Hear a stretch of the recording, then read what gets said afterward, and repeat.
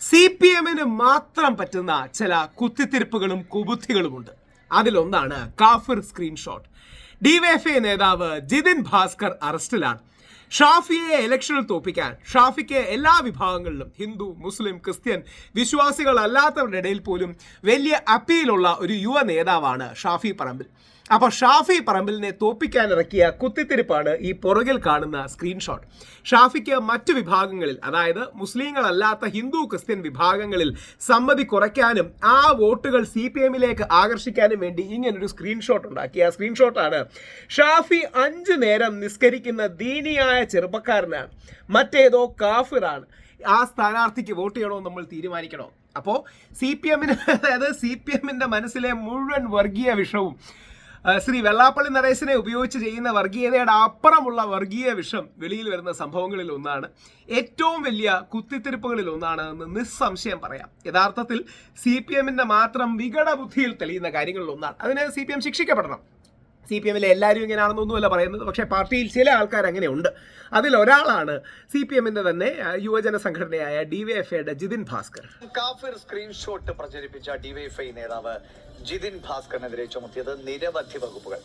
സാമുദായിക ഐക്യം തകർക്കൽ, തെളിവ് നശിപ്പിക്കൽ, കുറ്റകൃത്യത്തിന് പ്രേരണ തുടങ്ങിയ വകുപ്പുകളാണ് ചുമത്തിയത്. കേവലം പ്രവർത്തകരെ മാത്രം അറസ്റ്റ് ചെയ്തിട്ട് കാര്യമില്ലെന്നും നേതാക്കളിലേക്കും അന്വേഷണം എത്തണമെന്നുമാണ് കോൺഗ്രസിന്റെ ആവശ്യം. വടകര കാഫിർ സ്ക്രീൻഷോട്ട് കേസിൽ ആദ്യ അറസ്റ്റ് ഉണ്ടായിരിക്കുന്നു. വടകര DYFI ബ്ലോക്ക് കമ്മിറ്റി അംഗം ജിതിൻ ഭാസ്കറിനെയാണ് പ്രത്യേക അന്വേഷണ സംഘം അറസ്റ്റ് ചെയ്തിരിക്കുന്നത്. സാമൂഹിക സ്പർദ്ധയുണ്ടാക്കൽ, കലാപത്തിനുള്ള ശ്രമം, തെളിവ് നശിപ്പിക്കൽ ഉൾപ്പെടെയുള്ള കുറ്റം ചുമത്തിയാണ് ഇപ്പോൾ പ്രത്യേക അന്വേഷണ സംഘം ജിതിനെ അറസ്റ്റ് ചെയ്തിരിക്കുന്നത്. കഴിഞ്ഞ ദിവസം തന്നെ ജിതിനെ അന്വേഷണ സംഘം പലതവണയായി ചോദ്യം ചെയ്തിരുന്നു. ജിതിൻ ഭാസ്കറിന്റെ മൊബൈൽ ഫോൺ അന്വേഷണ സംഘം കസ്റ്റഡിയിൽ എടുത്തിരുന്നു. ഇതെല്ലാം പരിശോധിച്ചതിൽ നിന്നാണ് ഏറ്റവും പ്രധാനപ്പെട്ട ചോദ്യത്തിന് ഉത്തരമായ കാഫിർ സ്ക്രീൻഷോട്ട് നിർമ്മിച്ചതാര് എന്നതിലേക്ക് എത്താനുള്ള ഏറ്റവും പ്രധാനപ്പെട്ട ഒരു പ്രതിയായി ജിതിൻ ഭാസ്കറിനെ ഇപ്പോൾ അന്വേഷണ സംഘം കണ്ടെത്തിയിരിക്കുന്നു. അതേ തുടർന്നാണ് ഇപ്പോൾ അറസ്റ്റ് ഉണ്ടായിരിക്കുന്നത്. ഇതിൽ പ്രചരണത്തിലും അതുപോലെ അതിന്റെ മറ്റു കാര്യങ്ങളിലൊക്കെ പങ്കുവഹിച്ച ആളെയാണ് നമ്മൾ അറസ്റ്റ് ചെയ്തിരിക്കുന്നത്. നേരത്തെയുള്ള കേസ് 153 IPC പ്രകാരമുള്ള കേസാണ് ഓൾറെഡി എടുത്തിരിക്കുന്നത്. അതിൽ കൂടാതെ നമുക്ക് ഈ സയന്റിഫിക് എക്സാമിനേഷന്റെ ഭാഗമായിട്ട് തെളിവ് നശിപ്പിച്ചതിന്റെ വകുപ്പുകൾ കൂടി ചേർത്തിട്ടുണ്ട്. നേരത്തെ ഈ വടകര സ്ക്വാഡ് എന്ന വാട്സപ്പ് ഗ്രൂപ്പിന്റെ അഡ്മിനാണ് ജിതിൻ ഭാസ്കരൻ. ആ വാട്സപ്പ് ഗ്രൂപ്പിലേക്ക് ആദ്യമായി സ്ക്രീൻഷോട്ട് ഷെയർ ചെയ്തത് ജിതിനാണെന്ന് അന്വേഷണ സംഘം കണ്ടെത്തിയിരുന്നു. അതേ തുടർന്നാണ് നേരത്തെ തന്നെ ചോദ്യം ചെയ്യൽ നടത്തിയിരിക്കുന്നത്. ഏറ്റവും സുപ്രധാനമായ ചോദ്യത്തിലേക്ക് അധികം വൈകാതെ തന്നെ കാഫിർ സ്ക്രീൻഷോട്ട് നിർമ്മിച്ചതാരെന്ന ചോദ്യത്തിലേക്ക്, ഇതാണ്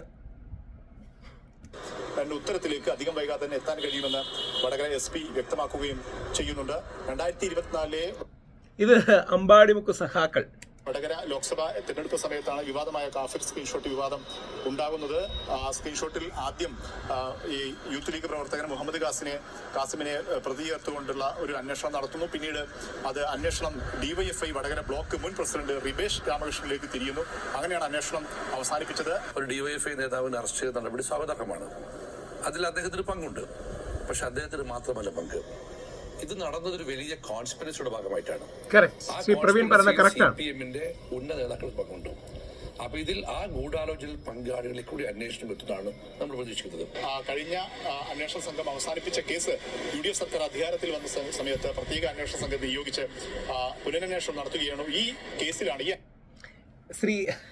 അന്വേഷണത്തിലാണ് ഇപ്പോൾ ഏറ്റവും നിർണായകമായ ഒരു ചുവടുവെപ്പ് ഉണ്ടായിരിക്കുന്നത്. ആദ്യത്തെ അറസ്റ്റ് സംഭവിച്ചിരിക്കുന്നത്.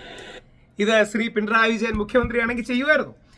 യഥാർത്ഥത്തിൽ അവർക്കും അറിയാം കള്ളത്തരം തന്നെ ചെയ്തതാണ്. ആ കള്ളത്തരം യാതൊരു മടിയും മയവുമില്ല ചെയ്തതാണ്. നമ്മുടെ പ്രിയപ്പെട്ട ഷാഫിയുടെ കൂടെ ആ പ്രതികരണം ഒന്ന് കേൾക്കാം. ഷാഫിയുടെ പ്രതികരണം വളരെ പ്രസക്തമാണ്. CPM ഒരു കമ്മ്യൂണൽ വിഷമാകാൻ പാടില്ലായിരുന്നു. CPM മാപ്പ് പറയണമായിരുന്നു. വളരെ ശക്തമായിട്ടുള്ള നിലപാടാണ്. അതിനകത്ത് നന്ദി പറയാനുള്ളത് വടകരയിലെ ജനങ്ങളോടാണ്. എനിക്ക് ആദരവ് പ്രകടിപ്പിക്കാനുള്ളത് അവരുടെ രാഷ്ട്രീയ ബോധത്തോടാണ്.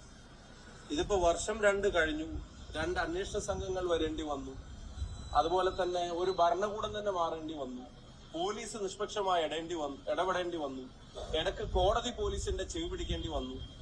ഇതിനൊന്നും കാത്തു നിൽക്കാതെ ഈ പച്ചക്കള്ളം പ്രചരിപ്പിക്കപ്പെട്ട് തൊട്ടടുത്ത ദിവസം മണിക്കൂറുകൾക്കുള്ളിൽ രാവിലെ 7 മണി മുതൽ അവിടെ ക്യൂ നിന്ന് ഈ കള്ളത്തെ തെരഞ്ഞെടുപ്പിലൂടെ വലിയ വോട്ടിന് പരാജയപ്പെടുത്തിയ വടകരയിലെ രാഷ്ട്രീയ പ്രബുദ്ധത, ജനതയുടെ രാഷ്ട്രീയ പ്രബുദ്ധത, അതില് ഇടതുപക്ഷം എന്ന് വിളിക്കുന്നവർ പോലും ഞങ്ങൾക്ക് അന്ന് രേഖപ്പെടുത്തിയ വോട്ടുകൾ. അപ്പൊ ഇതൊക്കെ വരുന്നതിന് മുമ്പ് ഇതൊരു അവാസ്തവമായ കാര്യമാണെന്ന് തിരിച്ചറിഞ്ഞ് അവരുടെ വോട്ട് രേഖപ്പെടുത്തിയ വടകരയിലെ ജനത. അതിനുശേഷം നടന്ന ലോക്കൽ ബോഡി ഇലക്ഷനിൽ ഇത്തരം ശ്രമങ്ങൾക്കെതിരായിട്ടുള്ള തിരിച്ചടി അതിശക്തമായി തുടർന്ന വടകരയിലെ ജനത. അതിനുശേഷം നിങ്ങൾക്കറിയാം ചരിത്രമുണ്ടായത് പേരാമ്പ്രയിൽ ഉൾപ്പെടെ ഇത്തരം ശ്രമങ്ങൾ തുടർന്നപ്പോൾ പേരാമ്പ്രയിലും നാദാപുരത്തും വടകരയിലും കുറ്റ്യാടിയിലും കൊയിലാണ്ടിയിലും 5 ഇടങ്ങളിലും ഇത്തരം ശ്രമങ്ങൾക്കെതിരെ വിധി എഴുതിയ വടകരയിലെ ജനത, കോഴിക്കോട്ടെ ജനത, കേരളത്തിൽ ഇത് തിരിച്ചറിഞ്ഞിരുന്നത്. അവരുടെ രാഷ്ട്രീയ പ്രബുദ്ധതയ്ക്കാണ് ആദരവും നന്ദിയും ആദ്യമായിട്ട് അറിയിക്കുന്നത്. പിന്നെ ഇത്തരം ഒരു സത്യാവസ്ഥ നിയമപരമായി പുറത്തു കൊണ്ടുവരാൻ മുൻകൈയെടുത്ത നിഷ്പക്ഷമായി ഇത്തരം കാര്യങ്ങൾ അന്വേഷിക്കാൻ തയ്യാറായ പോലീസിനോടും ഞാൻ നാടിന്റെ ജനതയ്ക്ക് വേണ്ടി നന്ദി പറയാൻ ആഗ്രഹിക്കുകയാണ്. ഒന്ന് ആലോചിച്ച് നോക്കുക, എന്തൊരു വലിയ കള്ളത്തരവും വർഗീയ മൈൻഡ് സെറ്റും വിഷയവുമാണ് CPM-ലെ ഇതുണ്ടാക്കിയ നേതാക്കൾ ചെയ്യുന്നത്.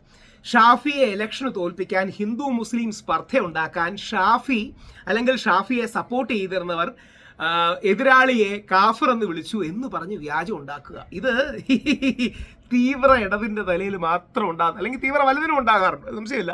പക്ഷേ അങ്ങനെ ആ CPM-ന്റെ ആ കള്ളക്കളി പൊളിഞ്ഞിരിക്കുന്നു എന്ന കാര്യം വളരെ സ്വാഗതാർഹമാണ്, സന്തോഷമാണ്. ഏത് വിഭാഗവും, ഇടതാണെങ്കിലും വലുതാണെങ്കിലും മധ്യമാണെങ്കിലും കള്ളം പറഞ്ഞ് കാര്യങ്ങൾ ചെയ്യരുത്. CPM ഇനിയെങ്കിലും തെറ്റ് മനസ്സിലാക്കി അത് ഏറ്റെടുത്ത് മാപ്പ് പറയണം എന്ന് പറയുന്ന ഷാഫിയുടെ നിലപാട് വളരെ സ്വാഗതാർഹമാണ്. അതിനൊപ്പം തന്നെയായിരിക്കും കേരളം എന്ന കാര്യത്തിൽ സംശയം വേണ്ട.